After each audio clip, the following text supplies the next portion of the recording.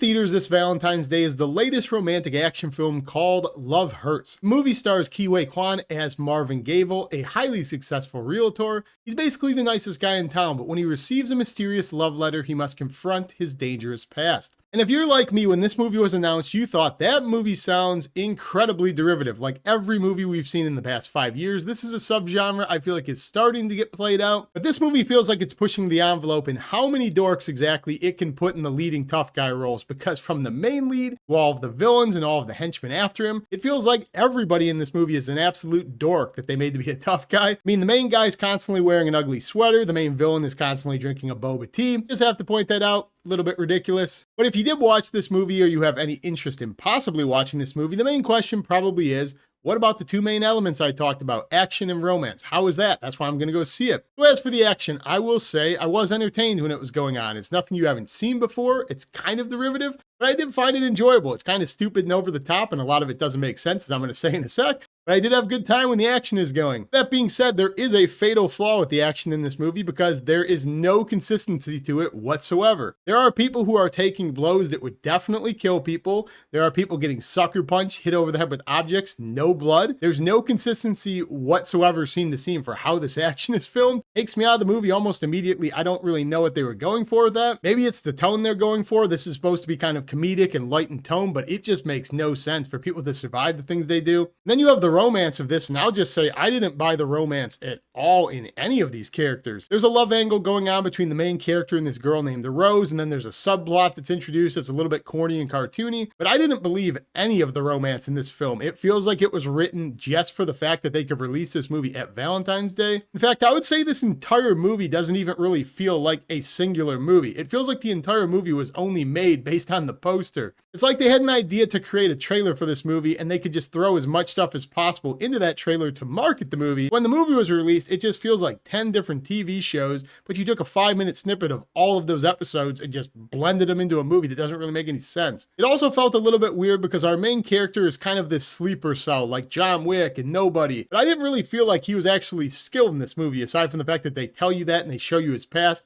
It just felt like this guy's skill was immortality. This guy gets hit over the head with everything. He can't dodge anything. The whole thing just felt very cartoony, like there was no stakes to any of this. Again, I know that's the tone of the film, but it kind of takes you out of it because in other scenes, it's incredibly graphic. So it's just a very weird blend that's all over the place. And that's kind of the theme of this movie. This entire movie is all over the place. But I did enjoy Huy Quan as Marvin Gable, the lead. I think he actually does a good job with this. And if you're a seasoned fan of action films and you like the old school Arnold and Sylvester Stallone films, you might be turned off with this movie because he does have an incredibly high-pitched voice. But I do actually think that that all adds to the campiness of this film and it makes him feel more like an everyday guy as opposed to some of these other movies where you can almost tell the guy's an assassin, he's just in street clothes. You would never know this guy is what they say he is in this film, which again makes it a little bit unbelievable. But I do like that contrast that some of these movies do, such as Nobody in this movie, where you take a super likable guy who's kind of a dorky guy. Although, as I did say in the opener, this movie is treading a fine line with how dorky they do make some of the characters, because at that point, it just gets to be full-on cartoon. And as for all the other characters in this movie, did not care about any of them. The only two other characters I can even name in this film were Rose and Knuckles. That's because they say their name in exposition about 25 times.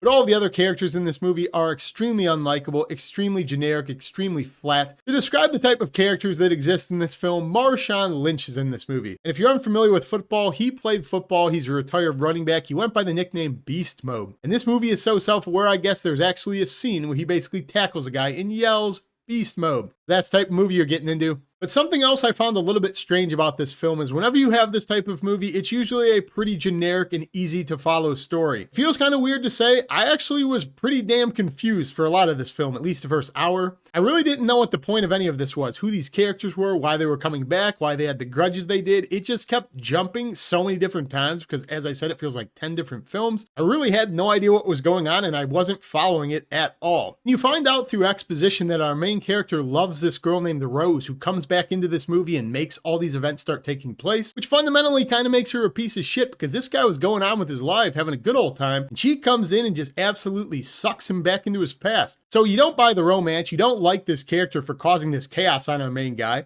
and that's the person you're supposed to spend a lot of time with, which again is kind of an error in filmmaking. She has a line in this movie towards the main character where she says, "We have to face our past to get our lives back." And it's like, bitch, you need to face your past. Marvin Gable's having a grand old time. He's successful in his job. Everybody loves him. This guy's life is great. I mean, you're ruining his life. It's not his problem. So you don't buy the romance between those two, and it feels like they have to sell you on that romance due to the fact that he's constantly wearing this heart-shaped sweater. That's kind of the theme of this movie. It doesn't feel like it can actually form a cohesive story, so it has to blatantly tell you everything you should believe. This movie has a crazy amount of exposition. It's either action scenes or exposition. That's basically the whole film. So while the movie actually plays out, you'll get a pretty interesting action scene, and I was engaged with those, as I said. Then it would just slow down to a halt, like the next 20 minutes, where it's just 10 different exposition scenes. And it got to the point where they show you an exposition scene about his past, how he met Rose, what he was like in his past job, how ruthless he was. My immediate thought when it was explaining the past of this guy was that would have been an infinitely more interesting movie than this if we would have just got the past, not the present. Also, this movie's a comedy and my theater was dead silent. I don't really think anybody laughed at all during all of these jokes. There was one bit in this movie I chuckled during that involves poetry, but everything other than that, absolute stone-faced. And one final example to express how conflicting and all over the place this movie is there was a point in this film I was starting to buy into it, and I was like,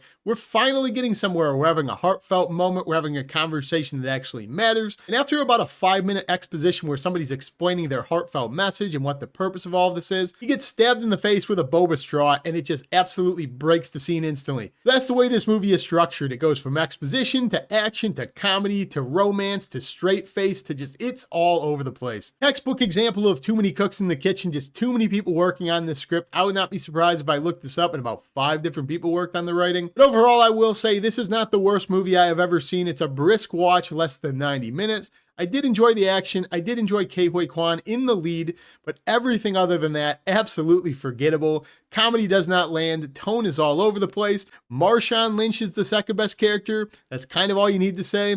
I think some people can have some fun with this film, but I would recommend if you want a genre blender this weekend, go check out Hard Eyes. It does just about everything better than this. I would wait to watch Love Hurts until it comes to streaming. If you guys dig it around to seeing this one or you plan on seeing it, comment down below. Let me know what you thought of it. As always, if you haven't subscribed, join me down below. I love talking movies with you, but I will see you in the next review. Peace!